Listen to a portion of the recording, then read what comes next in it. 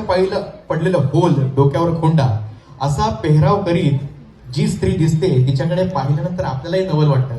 मग असं वाटतं जगात कितीही कोणाकडे सोनं असलं तरी देखील हे रूप जे आहे हे सगळ्यात सुंदर आहे. आणि मग आपल्याला असं वाटतं की हा प्रश्न विचार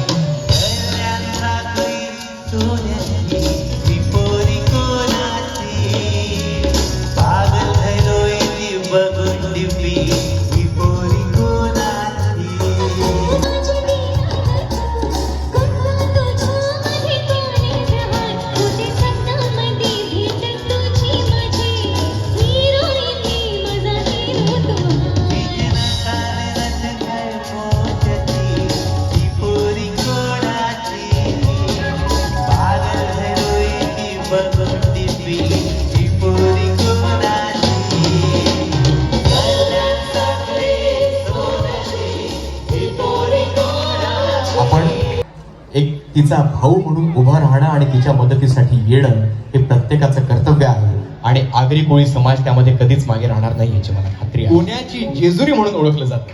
आज आपण ती जेजुरी इथं अनुभवूयात आणि म्हणूयात सदानंदाचा येळकोट येळकोट.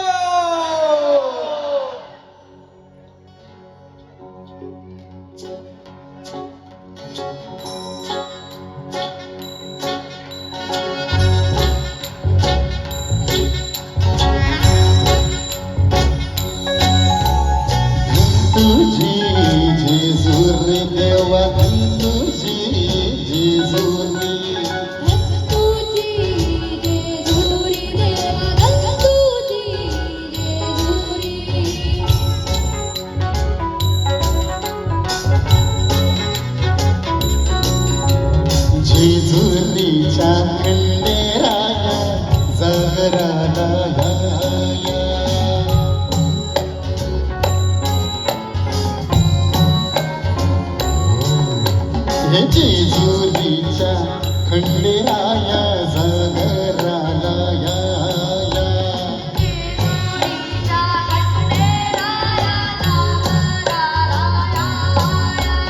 वाईच्या तू गणराया जागराला या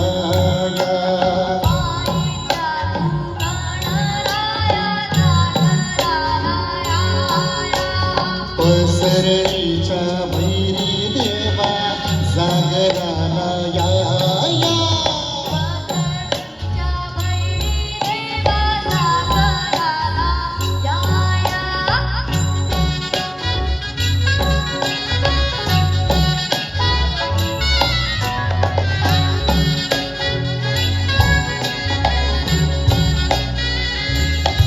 देवा भंडारा चाराशी देवा भंडारा चाराशी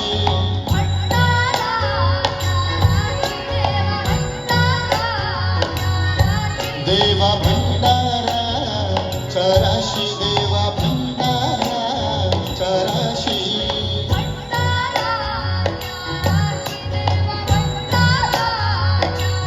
हे भंडारा रशीन देव माझा लोलत होता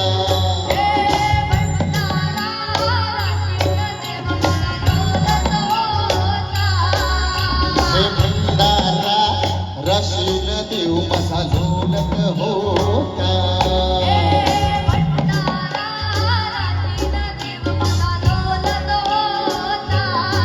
हे भंडारा रशीन देव माझा लोलत होता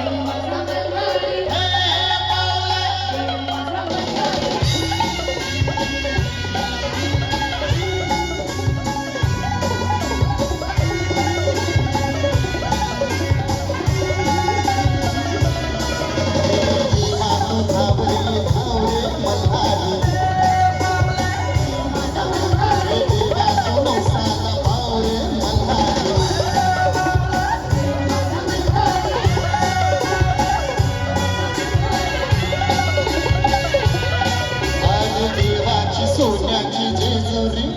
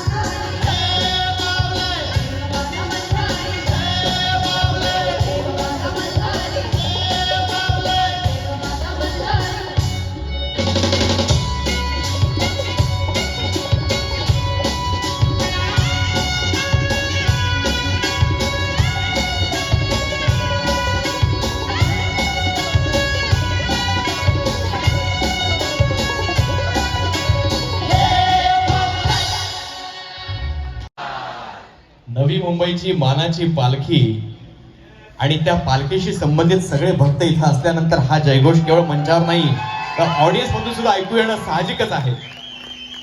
आता बदल जाम झालाय कारण माझ्या शेताचा सौदा झालाय, फुकटचा पैसा आलाय आणि गावात बिल्डर आलाय. बदल जाम झालाय माझे गावात बिल्डर आलाय. ती मातीची कौला जिली तयासेचा पहिला माझा जांभारी होता हिरवे हिरवे झाडांशी भरलेला होता पण आता बदल जाम झालं माझे गावात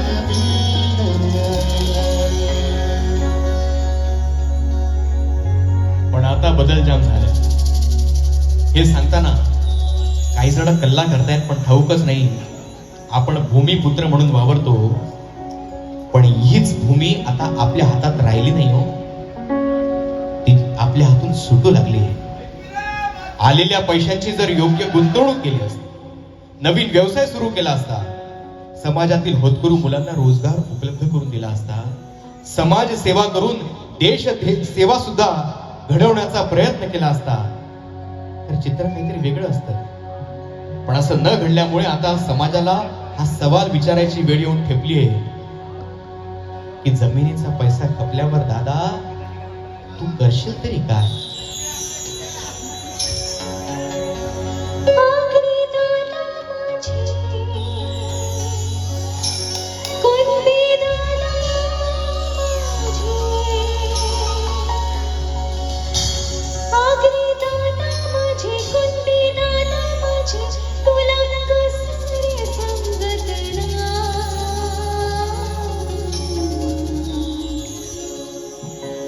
जमिनीचे पैसे खपल्यावर दादा तू करशील का जमिनीचे पैसे खपल्यावर दादा तू करशील का जमिनीचे पैसे खपल्यावर दादा तू करशील का वर्षातून 2 पिकं घेणारा आपला भूमिपुत्र जमीन रणरणत्या उन्हात तापण्यासाठी थांबतो प्रत्येक भरतीच्या वेळी खाडीचं पाणी शेतात पण खाडीतल्या रासायनिक सांडपाण्यामुळे आता जमीन नष्ट व्हायला सुरुवात हाय दारान आमच्या जेसीपी डंपर आता गावाले झायले गो पहाते बिल्डर गावन बिल्डिंग टावर झाला भाव जागेला तोराला गावान डोळाला बिल्डर गावान डोळाला आता दादस सागे झाला नको जमिनीचा पैसा कमवूर तिला ऐकून नको जमिनीचा पैसा कमवूर तिला ऐकून वार वरलांचं तेर धन ही लक्ष्मी ठेव सांभाळून ही लक्ष्मी ठेव सांभाळून आजी आजोबा होत तवर माझे आईत भुवात लाल त्याने जागा ऐकल्यावर तिला बंद झालं घरदार पैशासाठी तोडलं नात गोत मामाली माझे रे मामुचे तान टोकन खातान पैसे खायचे नावान मामुचे तान टोकन खातान पैसे खायचे नावान मामुचे तान टोकन खातान पैसे खायचे नावान ज्या जमिनीसाठी आपण सगळेजण एकमेकांचा गळा आवळतो विसरू नका या जमिनीवर माझ्या आई एकविरेचं नाव आहे आपण काही घेऊन आलो नाहीत आणि काहीही घेऊन जाणार नाही आपण सगळेजण आलेला पैसा कुठे ना कुठे गुंतवतो किंवा अनेक ठिकाणी उडवतो परिस्थिती दागिने गेले गाड्या गेल्या इंग्लिशवरून देशीवर वेळ आली जमिनीच्या व्यवहारात आता भाऊ बहिणीला सुद्धा फसवू लागले बहिणी देखील कोर्टात हक्क सांगू लागल्या अहो बहिणीने भावाला किती ओवाळू दे भावाने बहिणीला कितीही ओवाळणी टाकू दे पण भावा बहिणीचं खरं प्रेम वडिलोपार्जित जमीन विकायच्या वेळेस तहसीलदाराच्या कार्यालयातच कळतंय. नात्यांना नाती आता जमिनीमुळे भिडू लागली. 2 एकर जमीन बापासची, त्यावर घर हाय गोवा कसची. अर्धा हिस्सा पाहिजे तिला, तिनं खाण्याचे कोर्टाने केस केली. भाऊस तुझा बाई साधा सुधा नाही, जमिनीचे पैशावर मजा केली. मोठं मोठं वकील हल्लं कनशी कनशी. मोठं मोठं वकील हल्लं कनशी कनशी. अग बनशी बनशी तुला हिस्सा देव सांग कनशी. भावाला बहिणीची किंमत देखील तेव्हाच कळते जेव्हा ती सासरी जाते. म्हणून म्हणेन की अतूट हे नाते आपले आजन्म लाभो मला, विसरूनही मी स्वतःला जपून ठेवीन तुला. माझं हसणं माझं रुसणं ओवाळून घे ना जरा, तुझ्या त्या ओवाळणीने येतो जगण्याला अर्थ खरा.